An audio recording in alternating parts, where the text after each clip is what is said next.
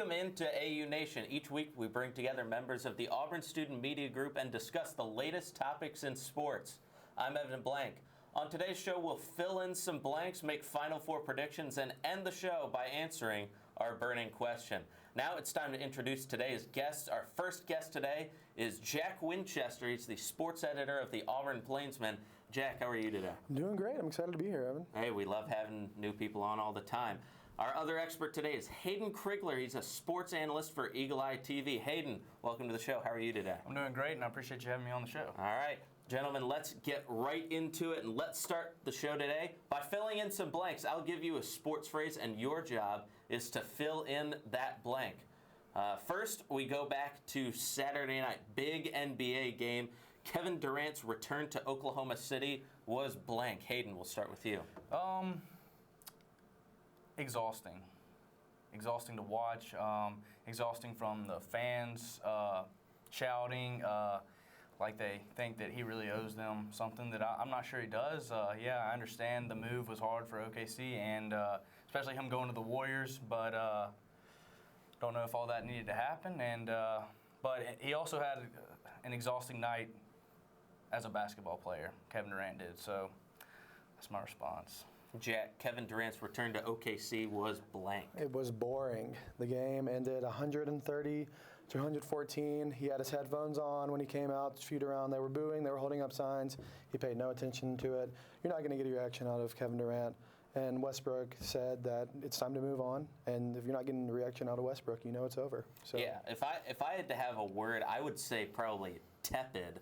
I didn't think the response was quite what a lot of us expected it to be, because I think a lot of us were thinking of some sort of LeBron with the Heat returning to Cleveland the first time type of response. Right. And I think there was a lot more of an appreciation for Kevin Durant from the OKC fans than we thought there was. So it was a little mixed crowd, so I'd say tepid. But let's move on to our next one. NFL free agency is right around the corner. With that being said, Tony Romo could be out of Dallas. The best possible destination for Tony Romo is blank. Hayden. Auburn High School. I think that he's I like him. I like him as a quarterback. I think he's getting close to being done. I know that's not the popular answer, but I don't know. I never really was a huge Tony Romo fan. At the Cowboys, just think he's getting close to winding up, personally. Jack. I think the best possible destination for Romo is the Jets. There was a time last year where the Jets were having all kinds of quarterback issues. Fitz was hurt, and I really think that Nick Marshall was the best quarterback on their roster, and he was sitting over there at defensive back. So the Jets have some talent on that roster. They can compete. They need a quarterback, and I think that an experienced guy like Tony Romo, who is finally healthy, hopefully for whatever team he lands with, could be the answer for the Jets. I'm going to throw a shocker out here. I would say Tony Romo's best possible destination is right where he is in Dallas. The GM, the president, Jerry Jones, they've built that offense around him. And I get how good Dak Prescott has been, but you never know what's going to happen once these defensive coordinators in the NFL have an entire offseason to look at the tape of him. I don't know how Dak's going to respond his second year. And I think that if it doesn't pan out the way the Cowboys think it does, I think that opens it wide open for Tony Romo to come back to Dallas and have a great, final part of his career. So we'll see what happens with that one. But we move on to our third fill in the blank. Tiger Woods' 2017 season hasn't gotten off to the best start, as he has already had to drop out of 2 upcoming tournaments. Tiger Woods should blank. Hayden. I hate to say this again, but finish up. I mean, this really is an example of someone who I think it honestly is done. I mean, he was great to watch back in his prime. He was great, but after that, the incidents and everything that happened, it just hasn't been the same. And I loved watching him back then, and you can still watch tapes of him, but as far as watching him in the future, I think it's winding down. Tiger Woods should retire. In Dubai, he said that he was there to win, and we know he can't win. He should retire. He's done, like Hayden said. And also, there's simply not a way to play golf with a bad back. He's scheduling too many tournaments. He's trying to make a comeback, but he needs to hang it up and be one of the best golfers of all time. and sit back and do some other things with his life. He needs to retire. I'm going to go the other way again, and I'm going to say get in tournaments. Drop out of these next two, sure, stay with that decision. But right now, I think what Tiger needs to do, if he wants to try and get in any sort of shape to try and play golf again, even if he has that bad back, you got to go out and get reps and just see what you have left in the tank still. And if you assess yourself properly going through a couple more tournaments, maybe even try and go up through the Masters, see how you perform there, then after that it's just all about assessing what you've done. But you can't have an assessment if you haven't done anything. So we'll say what the greatest golfer a lot of us have ever seen in our lifetimes ends up doing in the future. But fellas, good job. But after the break, we're going to give our final four predictions. That's next. It's AU Nation on Eagle Eye TV, Channel 6. I hope that you've been able to learn a strong work ethic surrounded by character, integrity, perseverance, so that when your 1 second comes, you'll be prepared for it. Chris Davis. 45, there goes Davis! Your 1 second, our 1 second is now. And our lives have been guided by the principles of one of the greatest academic institutions in the country, Auburn University.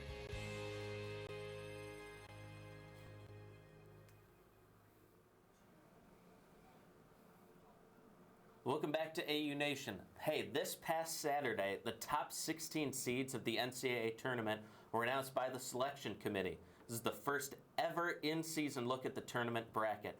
We're now about 25 days away from Selection Sunday, and the question to you guys is, who do you think will be playing in the Final Four in Phoenix this season? Jack, we'll start with you. I've got to go with Kansas, Baylor, Villanova, and West Virginia, Virginia. Hey now. There you go. I don't know if you saw the Kansas-West Virginia game last night, but it was one of the best games of the season.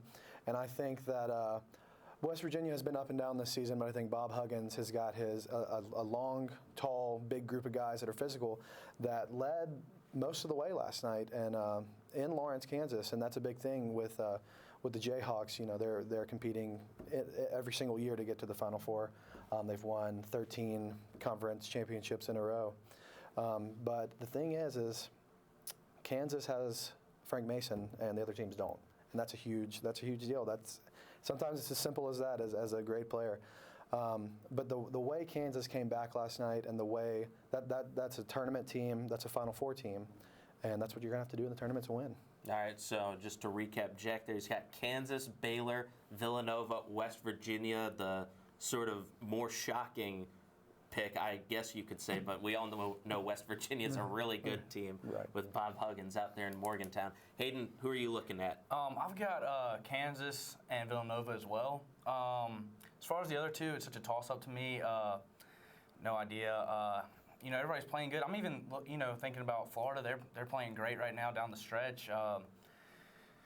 Kentucky is not looking great. I mean, they're just not looking like Kentucky anyways. They're still a good basketball team. So, just have to wait and see. But for right now, I can only even pick two. It's just been a interesting season, but it's been fun to watch, and I can't wait for March Madness. So. Yeah, it's definitely been an interesting year in college basketball.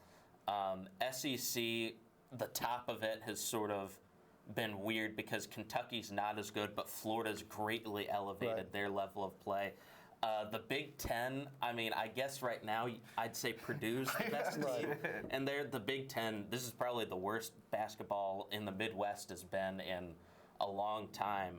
And the ACC right now, ACC plus the other teams like Villanova just look like they have got it in the bag at this point. It's just going to be some infighting. And then, Kansas and Baylor in the Big 12. Looks like a two-team race. And Baylor had a loss last night at Texas Tech, but that's a good Texas Tech team, and I would still say that.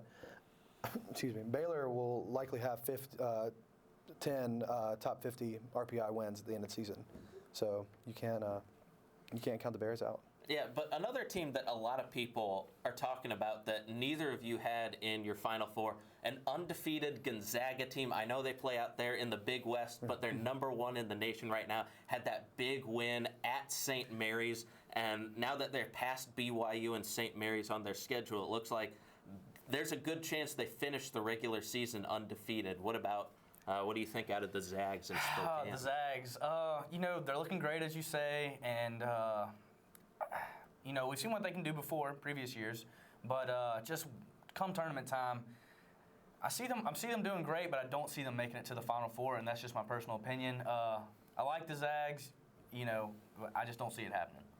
Yeah, definitely always fun to see. Jack, what are your thoughts on Gonzaga? The NCAA tournament is all about being battle-tested. And Gonzaga is a very good basketball team, but they are not battle-tested. And there's no telling what, like you were talking about, the SEC, they've got some, they're obviously top-heavy, but you've got some teams in the SEC that would make a lot of noise in the Big West. Not saying that these SEC teams could knock off the Zags, but the Big West just doesn't have that competition. Even though Gonzaga is a very good basketball team, they're coached very well, they're not battle-tested. Yeah, it's always interesting to see how these schools like Gonzaga, like Georgetown to a certain extent, they don't have the top-to-bottom competition in their conference. So it's always interesting to see how these teams shake out in the tournament. But we'll see come tournament time how Mark Few and his Gonzaga teams finish out the season. Gentlemen, nice work there on the road to Phoenix. But next, we'll close out the show today with the burning question. After this break, it's Eagle Eye TV, Channel 6. So, I just moved in with this family, and it's embarrassing. The little one, he likes to go outside and crawl around in the giant litter box. I don't know what he's doing. I mean, I was born, and I knew how to use the litter box. Look at that. That's disgusting. Oh, poop already. You're making me nervous. Oh, okay, I can't look at this anymore. I really hope he grows out of this, for his sake. Welcome back to AU Nation. It's time to end the show, as we always do, with our burning question. Well, the UConn women Huskies did it. They beat South Carolina by 11 points the other night and have now won their last 100 games in a row. It's been 26 months since UConn last lost a game. The women Huskies have won their last 4 national championships and appear to be headed straight towards a 5th title. So, gentlemen, here is our burning question. What do you think is the best way to fix the competitive imbalance that's occurring right now in women's basketball? I would say there's not a way. There obviously is an imbalance, but as long as Gino Auriemma is coaching the UConn women's basketball team, they're going to be at the top. And he's an incredible coach. Obviously, they've got 100 wins in a row. That's just unheard of. He does not lose. He's a winner. He's a proven winner. They're going for their 5th straight title. And a lot of these girls on this team don't know what it's like to lose. And I don't think they're going to be finding out what it's like to lose anytime soon. I have to agree 100%. There's definitely an imbalance. And like you said, there's nothing we're going to be able to do. If you heard the coach's interview, he was talking about, it's starting to get boring to the fans. No one's coming out. And he almost was trying to entice them by saying, we'll lose soon, come out, because everybody seems to want to see the L for some reason instead of the W's. And, as a coach, that's got to be kind of sad because, he's putting it all out there and he's just winning championships and 100 games in a row. I mean, it's incredible. But as far as fixing the imbalance, I don't see it happening until the coach leaves, honestly. Yeah, because there's just not really any sort of legislation you can put in. You can't put in any sort of mandates that you can only have X number of the top 10 recruits. Exactly. Or whatever. There's just nothing you can really do. But even though there's not a way, we think, what do you think other teams around UConn, the South Carolinas, the Stanfords of the world need to do to try and get into that fold, so to speak? They just have to mimic Gino Auriemma because there hasn't been this much of an imbalance between any top 10. UConn could beat any top 10 team by 25 points on any given night, even more than that.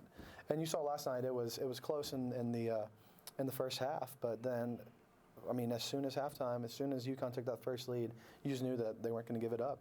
So, like Baylor, if Kim Mulkey can get the Brittany Griners and those kind of players to play for her, then she closes the gap a little bit. But even Brittany Griner, one of the greatest women's players of all time, still can't compete against 5 of the best women's players in the country that UConn's going to have year in and year out. Honestly, it's hard to go against the women Huskies at all, but I honestly thought that they were going to lose the other night. That was my prediction. I thought it was too much. 100 games. South Carolina's a really great team. They've been doing good. I just thought it was time for the road to end, and they proved me wrong again, as they do everyone usually. So it's hard to come up with an answer for that question. What other teams around them can do? Honestly, I thought South Carolina was going to have it figured out. They didn't, so we'll have to see if anybody else can figure it out anytime soon. Yeah, come tournament time, it's going to be really tough to see if anyone can even come close to what the Huskies have been putting on the court. Gentlemen, thanks for joining us on the show today. We'll be back again next week. See you then. This has been AU Nation on Eagle Eye TV, Channel 6.